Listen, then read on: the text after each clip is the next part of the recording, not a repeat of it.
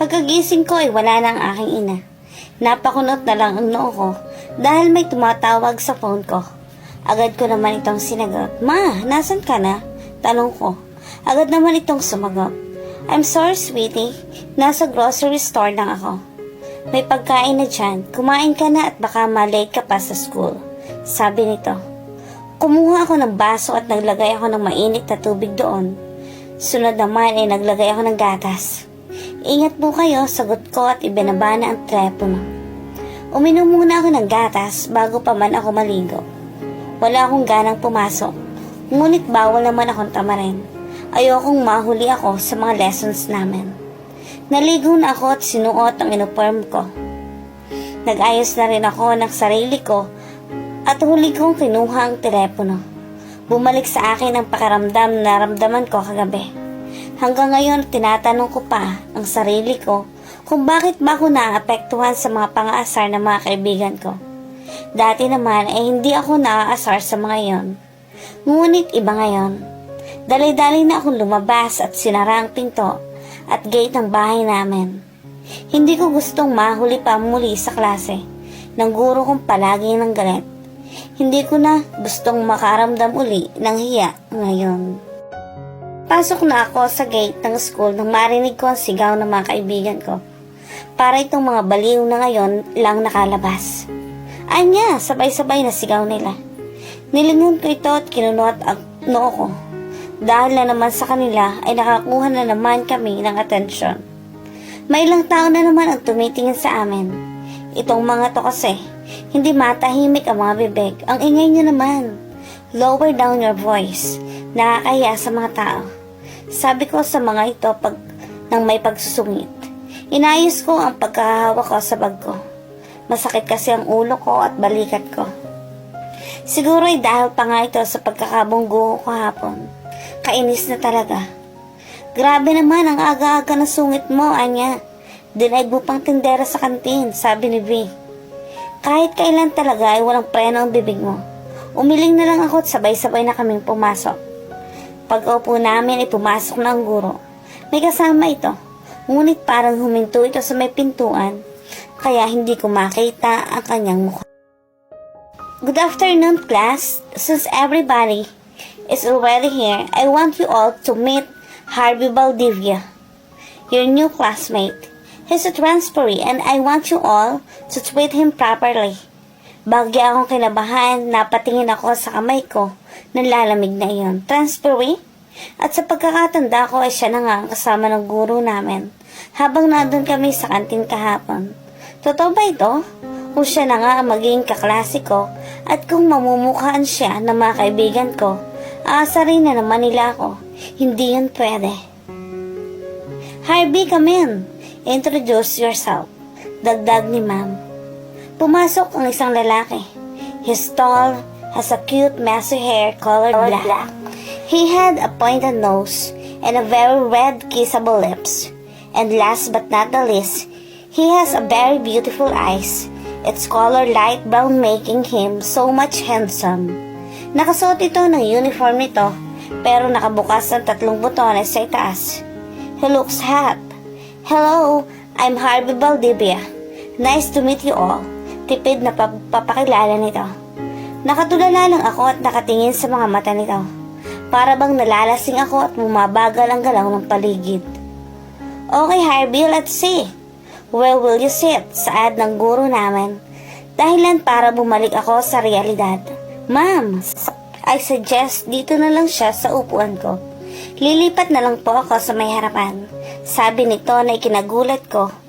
Kahit pa iniisip ko na ang mangyayari iyon. Napakapit na lang ako sa braso ni Jade at nagsalita. Jade, wag! Dito ka na lang. Nauutal pa ako. Hayaan mo na, Anya.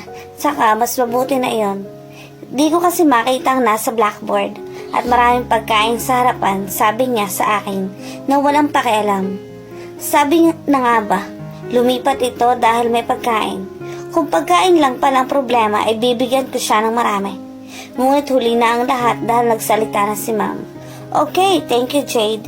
You may now take your seat, Harvey, saad ng teacher namin. Agad akong napaayos ng upo. Inayos ko rin ang palda ko at pilit na umakto ng normal. Hindi ko alam ang gagawin, kinakabahan ako at parang gusto kong umalis sa kinaupuan ko. Focus, Anya. Don't be distracted by that guy. Although he's really attractive. No, Anya, stay still.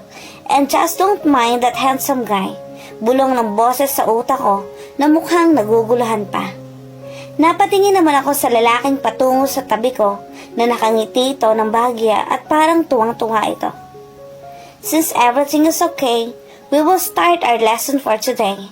Hindi na ako makakapag-focus ng magsalita ang katabi ko sa isang side na si Misty. In fairness, Anya, paugay niya. Swerte mo. Pang-aasar nito. Namula naman ang pising ko at bahagya akong tumingin sa lalaki na katabi ko. Nahuli akong nitong nakatingin sa kanya. Kaya binaling ko agad ang tingin ko sa aming teacher. Sa aking pakaramdam, hindi napansin ng mga kaibigan ko ang lalaking ito. Kung kaya't hindi nila ako inaasar. Ngunit hindi na ganon. Hindi pa rin ako komportable na maging katabi ko ang lalaking ito. Ibinaling ko na lang ang atensyon ko sa pagtuturo ng guro namin. Kahit na nakapokus ako sa guro, ramdam ko na pakaunting tingin ng lalaking katabi ko sa akin. That's it. Do you all understand? Tanong ng teacher naman. Yes, ma'am, sabi naming lahat. Narinig ko naman ang napakagwapong boses nito. The voice of that guy makes my heart go dance. Kinilig ako sa boses niya. Hindi ko na rin alam kung bakit. We will have a short quiz. Prepare your items, sabi ng guro. Hindi ko alam pero kinakabahan ako. Nanginginig na kumuha ako ng papel at ballpen. Anya, don't tell me you have a crush with the guy sitting beside you. No! You should focus on your studies. Bulong ako ulit sa aking sarili. Dahil mukhang kanina pa akong natutunaw dito. Hindi ko inaakala na magiging ganito kagwapong lalaking ito. Mata niya lang kasi ang nakita ko kahapon. Kaya naman hindi ko maiwasan na magulat at mamangha ng kaunti sa kagwapuhan niya. Hey! Dinig ko ang boses ng isang lalaki. Agad na tumibok ang puso ko ng mabilis at dahan-dahan na tumingin sa kaliwa ko. He called me? Me? Utal na sagot ko rito. Tinuro ko pang sarili ko. Agad naman itong umisi at nagsalita. Yes, you. I just want to ask what's the answer to number 4. Bagang lumapit siya sa akin at malambing na sinabi niya yon na nakalaglag pa nga sa English accent. Huh? Bawal ba yon? That's cheating. Sabi ko habang hininaan ang boses. Baka may makarinig sa amin. Ngunit ang puso ko naman ay parang sasabog na. Dahil sa kaba ng nararamdaman ko, I don't know the answer to number 4. So I'm asking you. I know that's cheating, but please help me. Sagot niya na parang natataranta na. May lumapit pa siya sa akin. At ako naman ay parang tanga na nagas na. Hindi ko na naman alam ang nangyayari sa akin. At parang lumulutang ang utak ko at tumingin ako sa mga mata niya. Hindi ko na namalayan na pinakikita ko sa kanya ang sagot ko. Thanks. Kinopya ko na rin pala yung 5 and 6. Nakangising sabi nito. At bumalik na siya sa pagkakaayos ng upo niya. Napatalo naman ang puso ko nang namalayan ko na nakatulala pala ako sa mukha niya. Ngayon lamang ito nagsalita ng Tagalog at napaka-cute. Noon para sa akin. Next time kasi makinig ka, sabi ko. Inayos ko ang sarili ko at ibinaling ko ulit ang atensyon sa aming guro. Narinig ko na naman itong tumawa ng mahina at nagsalita. Ganun ba? I'm sorry. By the way, I'll just treat you later. Para makabawi ako. Lumingon agad ako sa kanya at ramdam ko na namula ang pising ko. Hindi ko na gugustuhin na sumama sa kanya. Mamaya no? Ngayon pa lang ay sobra-sobra na ang kaba ko. Paano pa kaya mamaya? At isa pa, baka pagtinginan na naman ako ng iba pang mga estudyante. Wag na, okay lang yun. Pinilit ko na huwag nang mautal. Baka sabihin nito kinikilig ako sa kanya. Slight lang. Na, don't say no. I'll wait for you later outside. Hindi na ako nakasagot dahil may tumawag sa akin. Anya, what's the answer to number 2? Tanong ni ma'am sa akin. Ma'am, letter B po. Gulat na napatayo ako at utal na sinagot ko ang tanong sa akin ni ma'am. Totoo bang sinabi ng lalaking iyon? Bulong ng isang maliit na boses sa utak ko. Napailing naman ako. Paniguradong hindi naman seryoso ang lalaking iyon. Sa mukha at tindig pa lang ng katawan niya, alam kong pagkakaguluhan siya ng mga babae rito sa paaralan namin. Magkakaroon na naman ako ng mga kagalit dito. Nais ko na umiwas sa gulo. Gaya nga ng sabi ko, ayaw ko na muling maranasan ang kahihingan na naranasan ko kahapon.